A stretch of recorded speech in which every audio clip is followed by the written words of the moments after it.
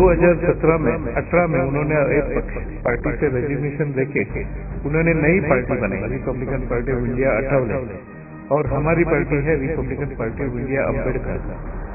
तो उन्होंने नई पार्टी बना के वो रेजिग्नेशन देके वो पार्टी में चले गए। इसलिए हमारी पार्टी पहले से ही है, ऐसी कोई ये नहीं। और उन्होंने अगर नाम सेम नाम रखा है तो उनका नमस्कार, आप सभी दर्शकों का सीएनओ चैनल में स्वागत है। इस वक्त मौजूद है मुंबई के चेंबूर विधानसभा में और हमारे साथ आरपीआई पार्टी के राष्ट्रीय अध्यक्ष दीपक निकालजे जी हैं। उनसे जानने की कोशिश करेंगे। महाराष्ट्र में फिर से दो विधानसभा में चुनाव होने जा रहे हैं, फोर्थ चुनाव होने जा रहे हैं। इसमें आरपीआई की तरफ से पूरी तरह से समर्थन दिया गया है। इस पूरे मसले पर दीपक निकालजे जानना चाहेंगे।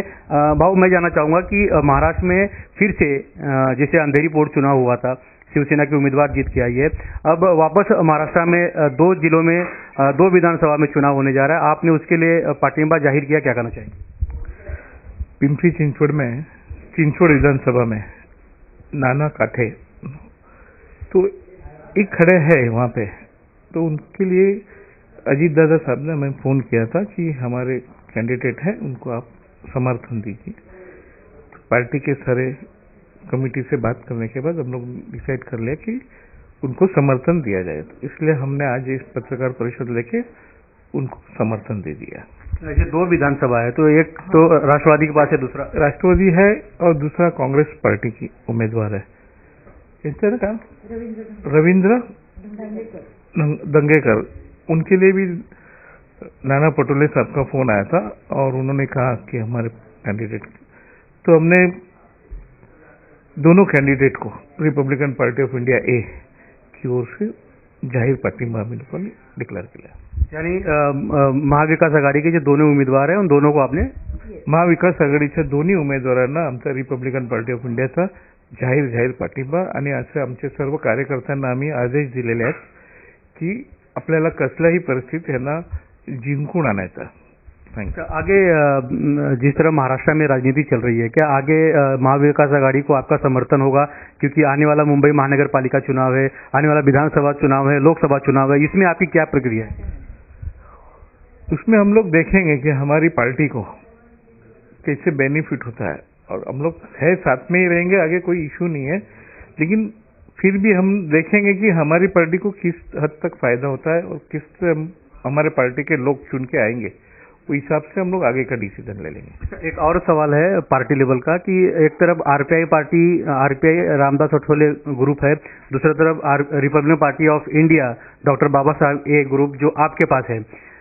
एक तरफ मोदी के साथ समर्थन है अठवले जी का, दूसरी तरफ आपका जो समर्थन है महाविकास आघाड़ी तरफ, और नाम दोनों पार्टी का सेम है।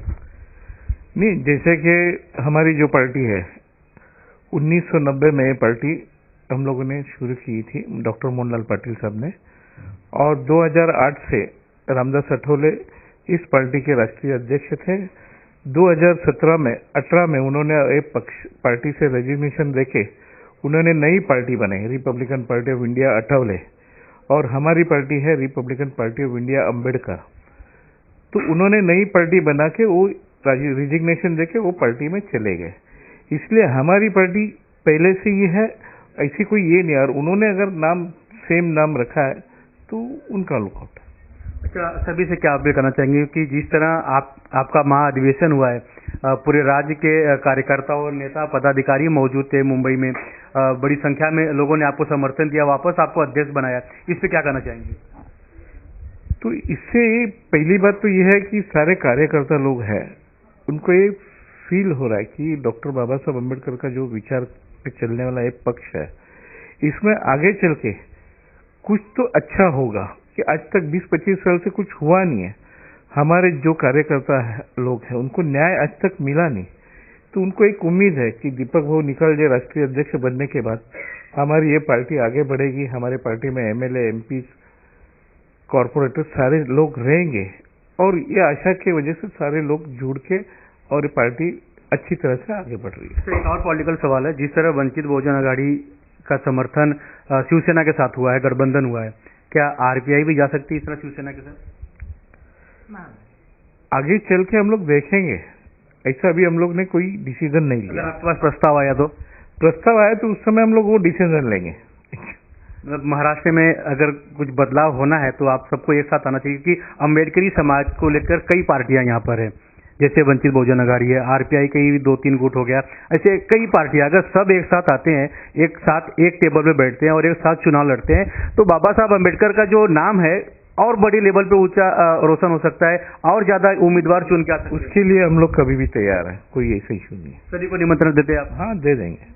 तो आप देख रहे थे दीपक बाबू निकालिया जी का क्या कहना है। आने वाले जो महाराष्ट्र चुनाव में महाराष्ट्र में 2 विधानसभा में चुनाव हो रहा है, पोर्ट चुनाव हो रहा है, उसमें दोनों उम्मीदवार को RPI Republican Party of India A Deepak Babu Nikalje की तरफ से समर्थन मिला है। और आने वाले दिनों में ये भी देखना होगा कि किसी बड़ी पार्टी से अगर दीपक बाबू को समर्थन के लिए अगर न्योता आता है तो उसके लिए तैयार रहेंगे, अपने पदाधिकारियों से चर्चा करेंगे, फिर आगे की कदम उठाएंगे। कैमरामैन प्रवीण के साथ राज पांडे, सीएन न्यूज, मुंबई।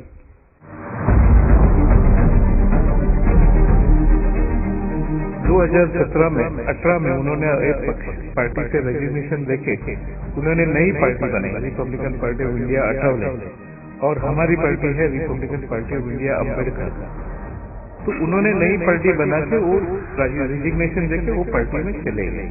इसलिए हमारी पार्टी पहले से ही है, ऐसी कोई ये नहीं। और उन्होंने अगर नाम सेम नाम रखा है तो उनका माझी मुंबई माझं घर, Kings my home, stand Chunabhatti इथे सुरू आहे। सर्वसामान्यांच्या खिशाला परवडणारी घरे आजच बुक करा। आज नाही तर कधीच नाही। 41 लाखांपासून 64 लाखांपर्यंत सर्व करासहित। सीईएन न्यूज, देश प्रदेश की ताजा तरीन खबरों के लिए सीईएन न्यूज को सब्सक्राइब करें और रहें पल पल की खबर से हर पल बाखबर।